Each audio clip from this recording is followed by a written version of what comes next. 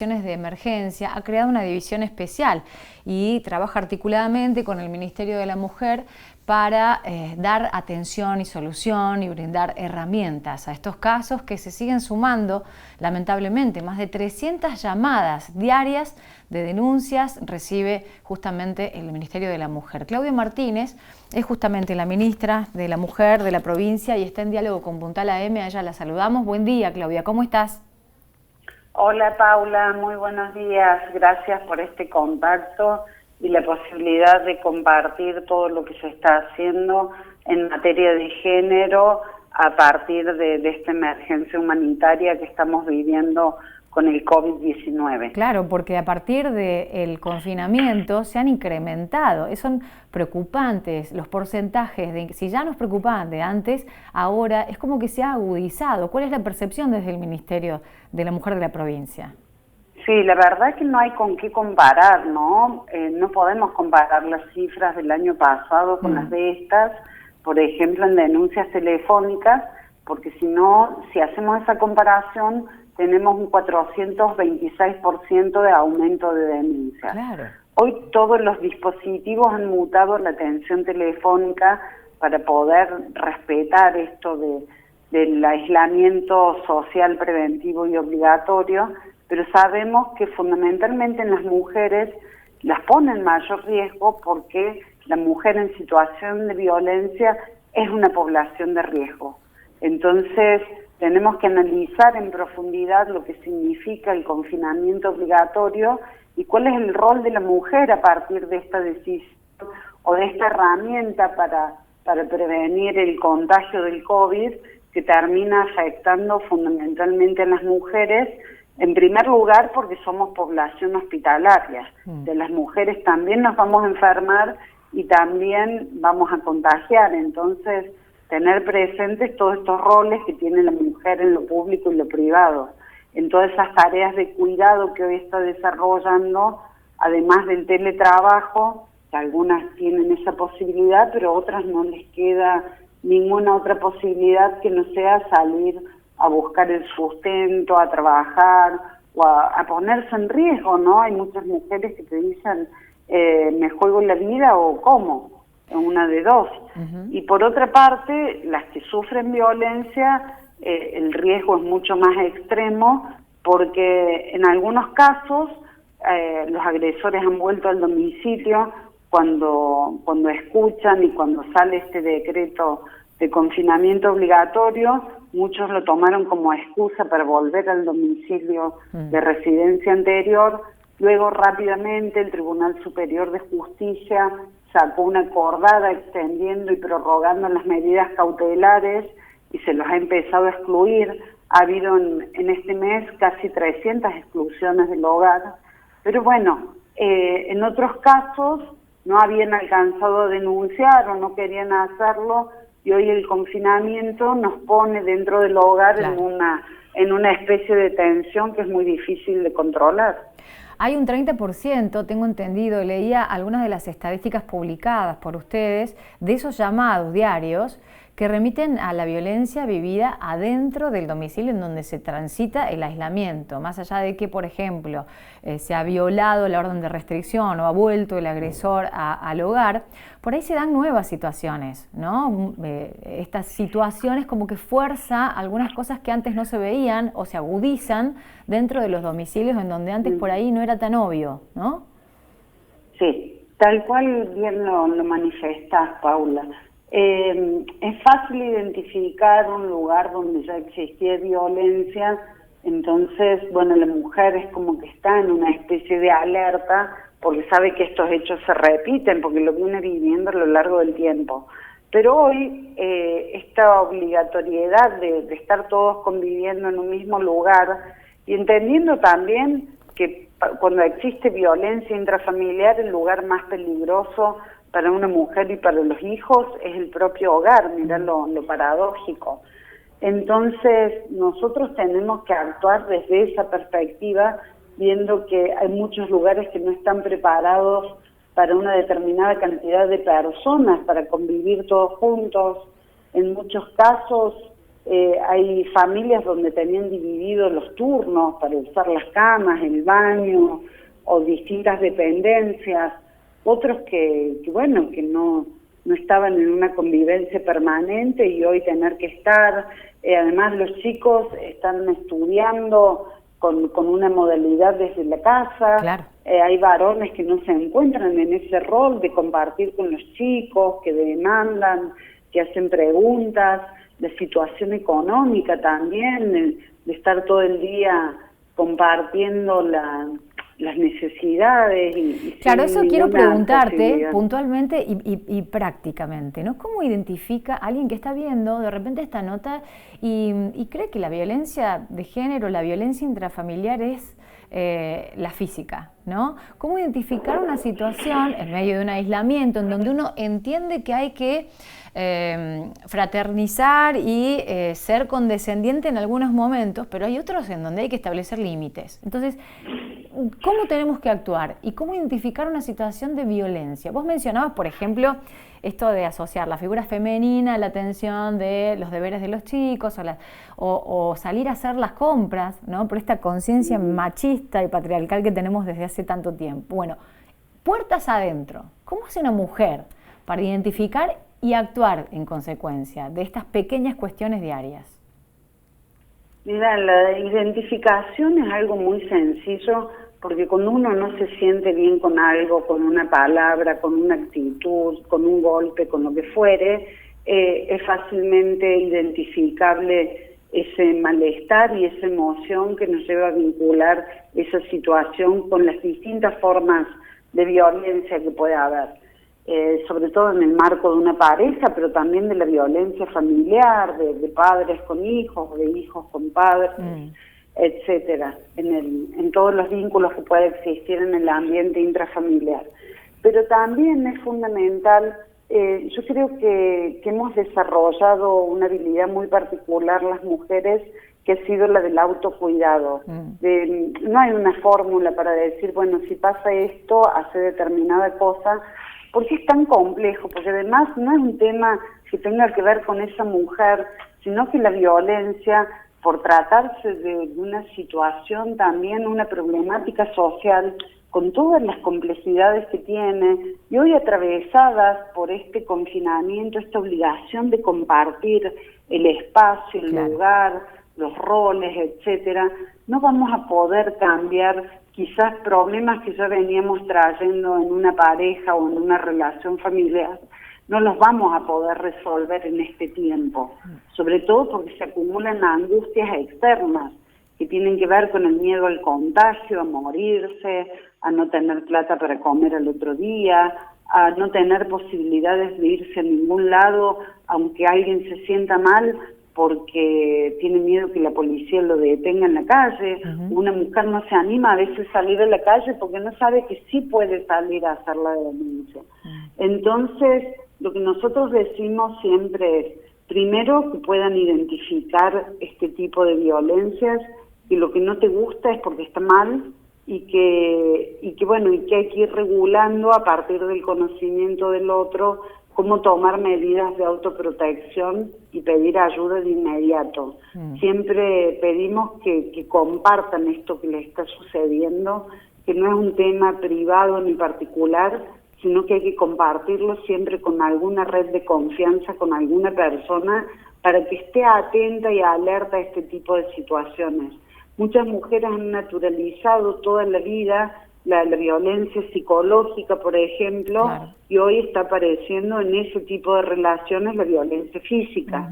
Y ya no se animan a denunciar porque dicen, estuve 40 años soportando esto, ¿y qué lo voy a denunciar ahora? Otras que no lo quieren dejar en la casa, el agresor, que nos piden como condición para establecer una denuncia, que consigamos un lugar, un albergue para ese varón, porque es el padre de los hijos, porque tiene miedo también, que cuando todo esto ¿Y desde el ministerio se resuelven esos casos? Digo, por ejemplo, cuando decís que te ponen como condición para establecer la denuncia, conseguir un albergue para el agresor en este caso. ¿Y ahí qué hace el ministerio? Nos costó tomar esa decisión, pero lo entendimos también que es una herramienta de protección a esa mujer, porque si no termina ella siendo excluida, o termina saliendo ella con los hijos y el varón se queda en el domicilio.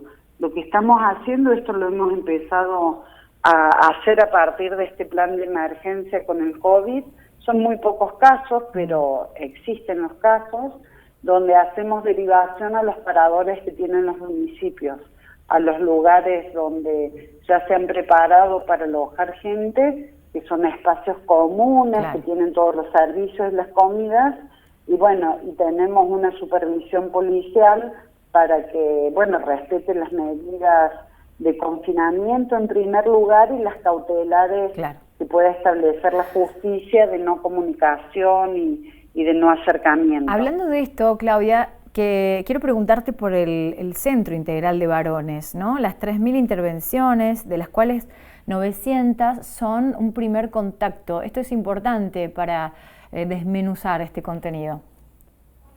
Mira, es una situación muy especial la del Centro de Varones, y la verdad que sentimos un gran orgullo de haber formado este espacio y haber tomado la decisión política desde el gobernador para abajo, porque era un tema muy controvertido en su momento, hace 5 años atrás cuando lo inauguramos, había mucha oposición de algunos sectores, de la academia, del feminismo, de algunos espacios, porque era algo nuevo y se pensaba que se le iban a quitar recursos a las mujeres para pasárselo a los varones.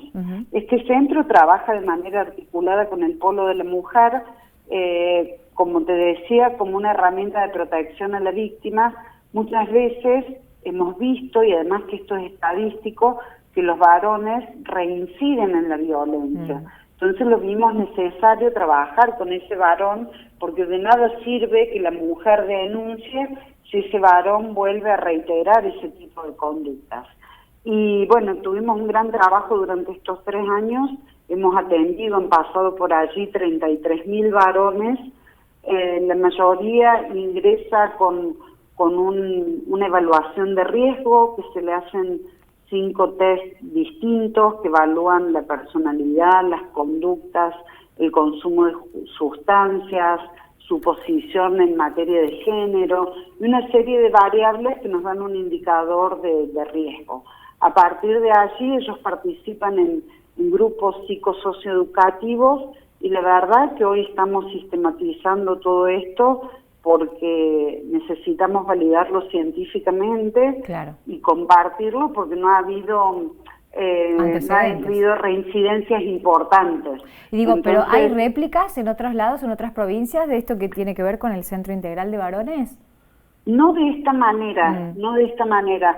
Hay servicios en centros de salud o en ONGs que trabajan las nuevas masculinidades. Claro. Pero con estas herramientas de evaluación de riesgo, con un espacio que esté articulado con las áreas de mujer y con la justicia, no está. Además que es todo un proceso donde ese varón va acompañado por un equipo profesional, y es en el marco de una política pública de protección a la mujer y a los hijos e hijas. Claro, sabemos, porque digo, es para resaltar los varones que piden ayuda y piden contención también, porque está la reclusión, está la restricción, pero después, para que no exista reincidencia, hay una educación, y ahí tiene que estar el Estado y las políticas aplicadas para que de esta situación salgamos juntos, ¿no? Sí, además que también hemos aprendido a lo largo de todos estos años, y uno tiene que tener esa capacidad de entender que estas problemáticas también van mutando, que la judicialización ha sido muy importante porque había una gran impunidad en su momento, pero tampoco es la respuesta absoluta, ¿no? Necesitamos un cambio en los varones, necesitamos también presentarles una alternativa para que ese varón pueda encontrar un mundo que lo acepte como es, sin ningún tipo de prejuicio, pero con esa voluntad de acompañarlo en el cambio. Y es así donde nos estamos preparando y estamos acompañándolos. Por eso, a partir del COVID y del confinamiento obligatorio, mutamos todos los equipos del centro de varones a una atención telefónica, y estos 900 varones que vos mencionabas, que son nuevos, que no son los seguimientos que hacemos de los varones que ya venían en tratamiento, tienen que ver porque si el varón encuentra un lugar también donde pedir ayuda, apoyo, contención, también lo busca. Y mira, se ha dado el caso con la promoción de este centro de varones, de algunos que no conocen el teléfono del centro de varones, y van a la policía a entregarse y a pedir ayuda porque se han dado cuenta que estaban a punto de cometer un delito de género grave. Esto nos ha llamado mucho la atención, lo miramos con algunas desconfianzas, lo digo en el sentido científico, que uno lo observa esto como un dato curioso que nunca había sucedido como fenómeno. Pero bueno, hoy está apareciendo y tenemos que hacer una lectura rápida y generar los dispositivos de acompañamiento a esos varones para poder proteger a las mujeres y a los hijos e hijas. Claudia, y finalmente, en esta situación de confinamiento, de convivencia por ahí, de barrio, prestamos atención, escuchamos más de lo que estamos acostumbrados.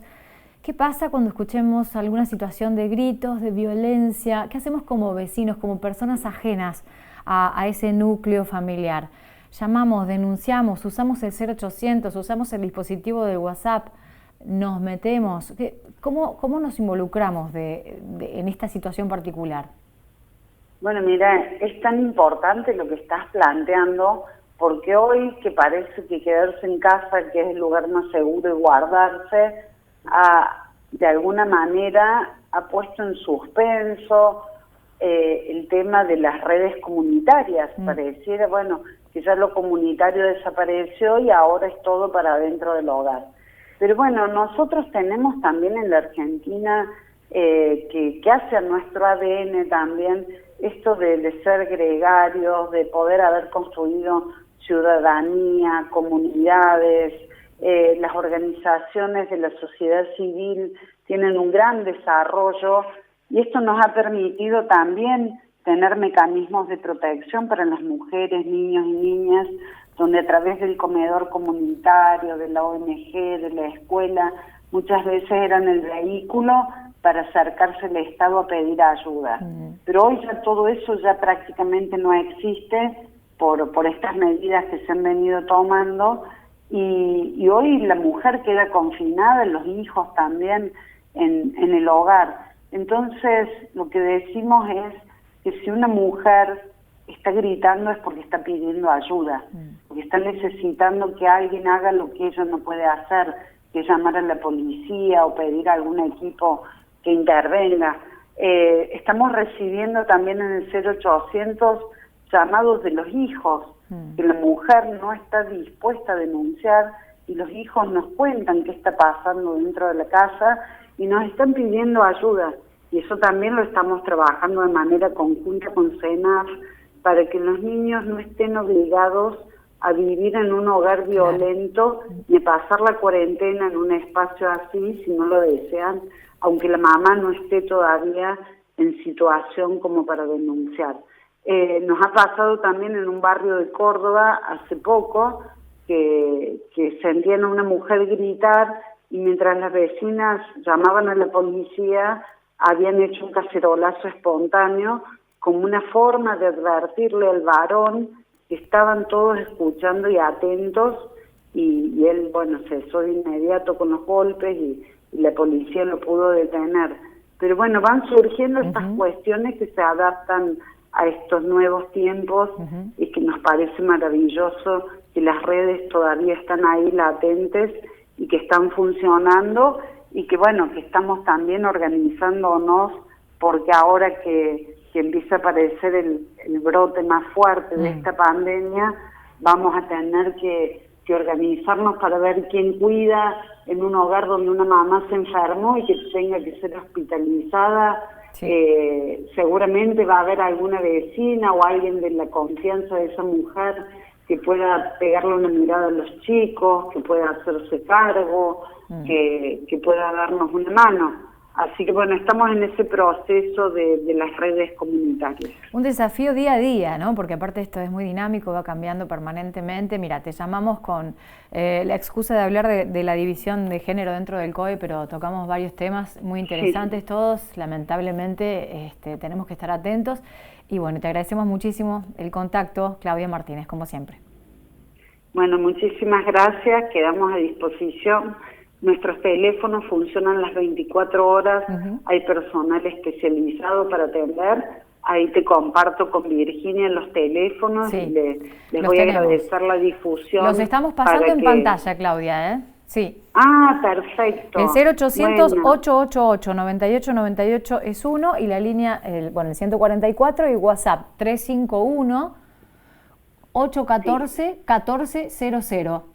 Bueno, y te paso el teléfono de los varones. Dale, parece, del Paula. Centro Integral de Varones. Adelante. 351-307-0929. Bueno, ahí está. Entonces está la nota grabada. Esto empieza a correr en redes, así que queda a disposición de quien lo necesite y cualquier cosa lo publicamos en nuestras redes. Claudia, muchas gracias por el contacto nuevamente. La ministra de la Mujer del Gobierno de Córdoba en contacto con Puntal AM. Bueno, ahí estaba entonces.